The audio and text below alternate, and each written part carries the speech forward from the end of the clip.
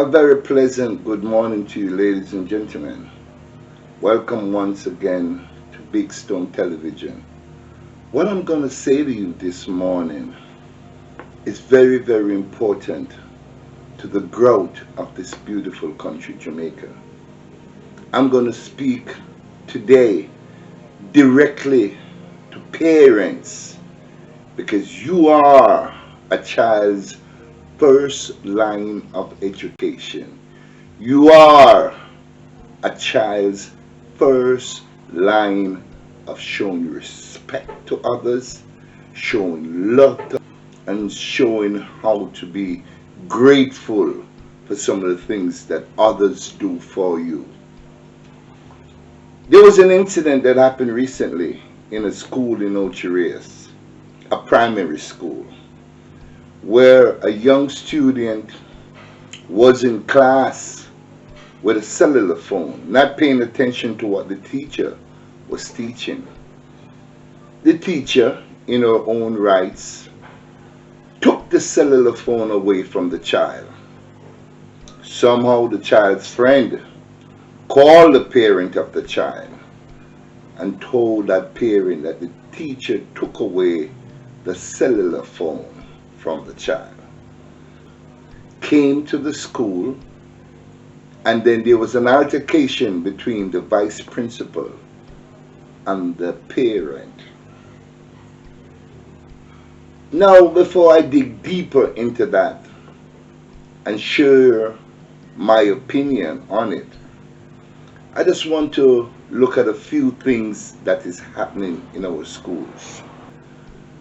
Quite a few years ago, I went to a school in Anchovy, St. James. And when I went to the school in Anchovy, I was invited by a friend of mine who wanted to do a old student reunion.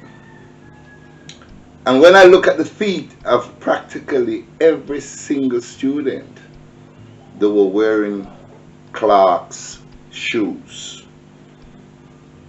Now I'm just going to pause there and fast forward to the year 2022. I got up this morning, and while I was going through TikTok, I saw a broadcast on CBS, but they put it to TikTok.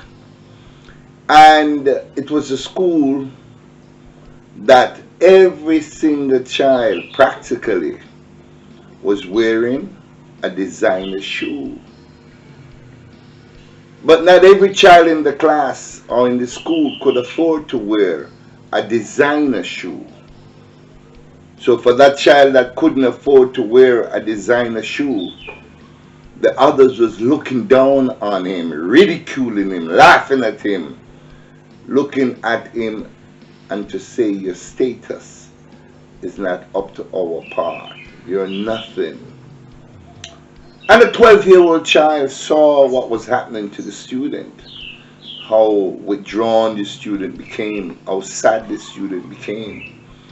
And he went home and he started to cry to his mother. And he said, "Mama, I want that money that he was going to use to buy my Christmas gift. I want that money that he was going to use to give me for my allowances and so on.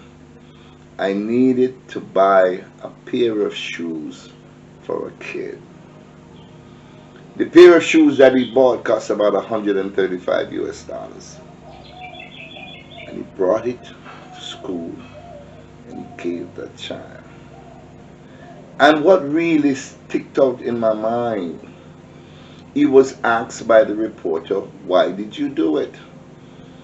And he says, first thing first, it hurt me to know that because of a shoe which was made for walking, that particular shoe is now seen as division or dividing. A shoe is just made for walking and nothing else. I personally live for the sake of others. And when I gave that pair of shoes, it was a name brand shoe, I'm not going to call the name. But when I gave that pair of shoe that valued at $135, a sneaker, to that kid, I saw the smile on his face. I saw how he became so into himself and not being left out as part, or how the other school members treated him. Now let's go back to that school I saw in Anchovy. When I looked down on the feet, I saw practically every child wearing a pair of clogs. And these pair of clogs, yes, they cost a pretty penny. Some of these clocks cost in excess of $30,000, $40,000, $25,000. They're not no cheap. They're not no cheap hand-me-down clocks that was made somewhere in China. These are expensive clocks that they're wearing. And I said to myself, how can the parents afford these clocks? And I know for a fact that some of these parents didn't buy these students the clocks. They obtain it by many other different ways. When I did my investigation, I found out that there were like 7 gangs in the school. I found out that there was extortion going on in the school. I found out that they were actually beating upon younger kids and taking away their lunch money in the schools. And I was flabbergasted because I remember when I was going to school, I could not imagine these things happening because they never did happen. Yes, we might have our squabbles here or there, but they never did happen. Because guess what? A good 90% of us was barefooted anyway. Yes, I went to school barefooted, and I didn't care if you were wearing the best pair of shoes. You know what I cared about? I was a whole lot smarter, clever, and wiser than the kids that were wearing shoes. Now let's get back to the parents. Remember, you're the first line of the defense for your child. You are responsible to take care of your child. How dare you to go to school when there are other means of venting your feelings and you actually allegedly attack the teacher that is actually looking out for your child's welfare? What is a minor doing with a phone during class? I can understand that, yes, well, let's give him a phone and so on, and if he needs help while coming from or going to, he can at least have access to me. Ain't nothing wrong with that. But there's something wrong if you do not discipline your child to let them know that that phone is only used or should only be used for a particular purpose, not in class. We're not back in the days when we had that virus going and people had to use their phones to communicate. You're in school now.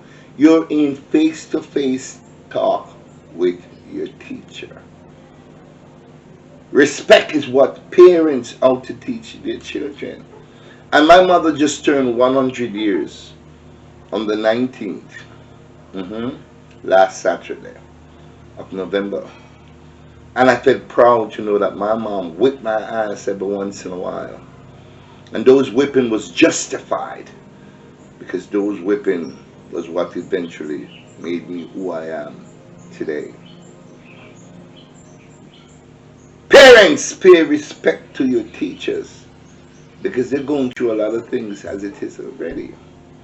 They're not being paid properly. They have their own personal problems. And yet still they find time out to teach your child. I used to think that when a teacher point a finger at a student very often in class, they're picking on that student. But you know what I found out? I found out that when a teacher points a finger at a student, often is when that student is not being responsive or when that student is a little bit behind on their grades, so they're paying particular attention. So that teacher is not taking set on you. The teacher is looking out to make sure that you learn. No, I'm not saying that there are not bad teachers out there. Sure, there are teachers that abuse some of their time in the classroom. You have teachers who do other things that is uncanny in the classroom. But those are very few and in between. So we as parents must respect